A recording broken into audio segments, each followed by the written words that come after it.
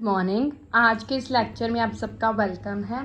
तो चलिए आज हम जो है टेंजेंट से रिलेटेड एक नई थ्योरम करने वाले हैं। पिछले लेक्चर में हमने सर्कल चैप्टर से रिलेटेड कुछ इंट्रोडक्शन की थी, जिसमें सर्कल, टेंजेंट्स और सीकेंस के बारे में पढ़ा था।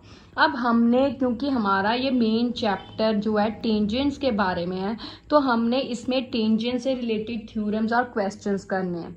तो सबसे पहली इम्पॉर्टेंट थ्योरम क्या है? कहता the tangent at any point of a circle is perpendicular to the radius through the point of contact.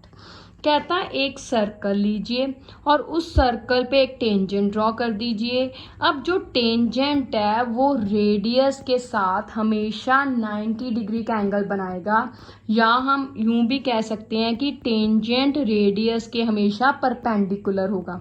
तो परपेंडिकुलर का मतलब होता है कि रेडियस और टेंजेंट के बीच में एंगल 90 का होगा। तो मैंने इसके लिए एक डायग्राम बना के रखी है। एक सर्कल बनाया, ये टेंजेंट बनाया, पी उसका पॉइंट ऑफ कांटेक्ट है, ओपी रेडियस है। अब हमने प्रूफ क्या करना है कि जो ये एंगल है ओ पी बी, ये एंगल हमने 90 का प्रूफ करना है। चाहे आप ये एंगल ले लीजिए चाहे ये ले लीजिए, 90 का प्रूफ करना है। तो मैं इधर वाला प्रूफ करने लगी हूँ। कैसे? सबसे पहले हम गिवन लिख लेते हैं। क्या है गिवन? गिवन में है a circle having a centre O, a circle having a centre at O and a tangent, एक सर्कल जिसका सेंटर ओ है और टेंजेंट कौन सा है? A B, and a tangent A B, ठीक है, जिसका पॉइंट ऑफ कांटेक्ट क्या है? पी, ठीक है। अब हमने प्रूफ क्या करना है? प्रूफ करना है एंगल ये 90 डिग्री। कौन सा एंगल? O P B. हमने क्या प्रूफ करना है? 90 डिग्री। जब हमारा ये 90 डिग्री एंगल प्रूफ हो गया, हमारा काम खत्म। अब प्रूफ कैसे करना है? पहले हम मेथड समझ लेते हैं, फिर लिखेंगे। देखिए, हमने ये 90 डिग्री प्रूफ करना है। हम इसका कॉन्ट्राडिक्शन मान के चलते कि मान लीजिए ये 90 नहीं है, प्रूव करना है 90, पर हम इसके उलट मान के चल रहे हैं कि ये 90 नहीं है। अगर ये 90 नहीं है तो O से पूरे सर्कल पे कोई तो एक ऐसी लाइन ड्रॉ कर सकते हैं जो एंगल 90 बनाए। मैं कह रही हूँ कि पूरे सर्कल पे O पॉइंट सेंटर से टेंजेंट पर हम एक ऐसी लाइन ड्रॉ कर सकते हैं। एक ऐसी लाइन जरूर मिलेगी जो एंगल 90 बनाएगी टेंजेंट पे। तो वो लाइन मान लीजिए ये है OQ, ठीक है। अब OQ इस टेंजेंट AB पे 90 डिग्री का एंगल बना रही है, मतलब ये एंगल 90 का है, ठीक है। अब इस लाइन ने सर्कल को कहाँ पे कट किया? R पे, ठीक है। अब अगर ये एंगल 90 है तो हर हालत में ये दोनों एंगल 90 से छोटे होंगे, एक्यूट एंगल्स। क्यों? देखिए, एक ट्रायंगल की हमने प्रॉपर्टी पढ़ी है कि अगर एक ट्रायंगल में एक एंगल 90 हो, ट्रायंगल के तीनों एंगल्स का सम क्या होता है? 180 डिग्री होता है। अब उसमें से एक एंगल तो 90 हो गया, तो बाकी क्या बचा? 90। तो इसका मतलब बाकी दोनों एंगल्स जो हैं वो 90 से छोटे ही होंगे, क्योंकि अगर मान लीजिए एक और एंगल 90 हो गया तो ये भी 90, ये भी 90, ये तो 180 सीधा ही हो गया। तो इस एंगल की वैल्यू क्या? 0 होगी। अगर 0 होगी तो फिर ये तो ट्रायंगल बना ही नहीं।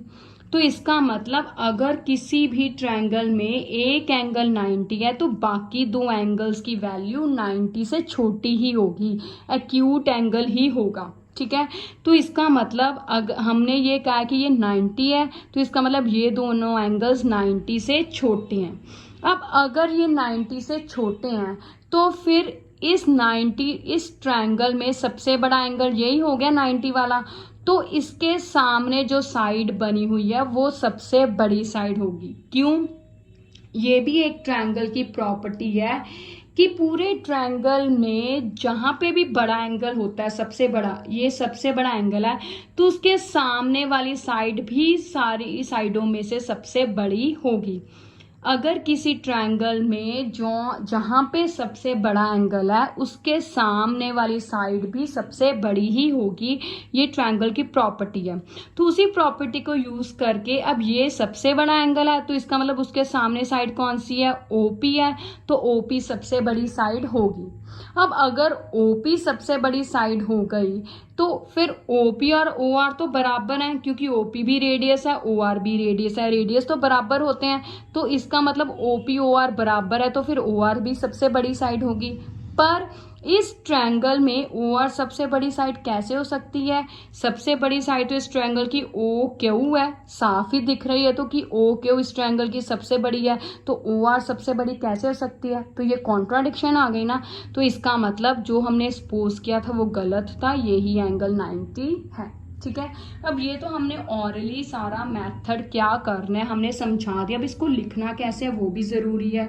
तो चलिए, क्योंकि पेपर में तो लिखने का ही हमें मार्क्स मिलने हैं, तो सबसे पहले कंस्ट्रक्शन, ड्रॉ अ परपेंडिकुलर, या ऐसे लिख लीजिए, draw a line OQ on tangent AB, एक टेंजेंट AB पे एक लाइन ड्रॉ कीजिए OQ सच दैट OQ क्या है AB पे परपेंडिकुलर। ठीक है, अब हमने प्रूफ करना है, तो प्रूफ कैसे कहते हैं? सपोज हम मान के चलते हैं कि suppose angle OPB is not 90 degree, तो नॉट इक्वल टू का साइन डाल दिया। नॉट इक्वल टू 90 डिग्री है तो हम क्या करेंगे? इट मीन्स हम क्या कहेंगे कि लेट, अब ये 90 नहीं है तो हमने ये 90 माना है, तो let angle OQP is equals to 90 degree. ठीक है, तो देयरफॉर इसका मतलब angle OPQ is an acute angle. ठीक है, अब अगर ये एक्यूट एंगल है ना, तो इट इम्प्लाइज, इसके बाद क्या होगा? अगर ये एक्यूट एंगल है तो इसका मतलब OP is greater than OQ। ठीक है, because side opposite to large angle is larger। जो हमने प्रॉपर्टी की थी, side opposite to large angle is larger, ये किया था हमने। ठीक है, अब OP ग्रेटर देन OQ है। ठीक है, बट OP तो OR के बराबर है, क्यों? रेडियस है। OP इज OR के बराबर है क्योंकि रेडियस है, तो it means OR is greater than OQ, तो इसका मतलब OR OQ से बड़ा हो गया, which is contradiction, which is impossible, ये तो पॉसिबल ही नहीं है। ठीक है, क्योंकि OR ट्रायंगल में OR OQ से बड़ी कैसे हो सकती है? नहीं हो सकती, तो इसका मतलब विच इज इम्पॉसिबल है, ये इम्पॉसिबल है, तो इसका मतलब जो हमने सपोज किया था वो गलत था। Therefore angle OPB is equals to 90 degree, यही प्रूव हमने कॉन्ट्राडिक्शन मानी थी। Therefore angle OPB is 90 degree, hence proof. तो यही थ्योरम हमने प्रूव करनी थी, तो हमने ये चीज प्रूव कर दी कि अगर जो है कोई भी लाइन, कोई भी टेंजेंट एक सर्कल पे उसके रेडियस के साथ हमेशा 90 डिग्री का एंगल बनाता है। ठीक है, अब आपको इस थ्योरम में अगर कोई चीज़ नहीं समझ आई तो आप मुझे कमेंट्स में बता सकते हैं। अगले लेक्चर में हम इससे रिलेटेड, इससे इस तरह की एक और थ्योरम इम्पॉर्टेंट लेकर आऊँगी। ठीक है, thank you, have a nice day.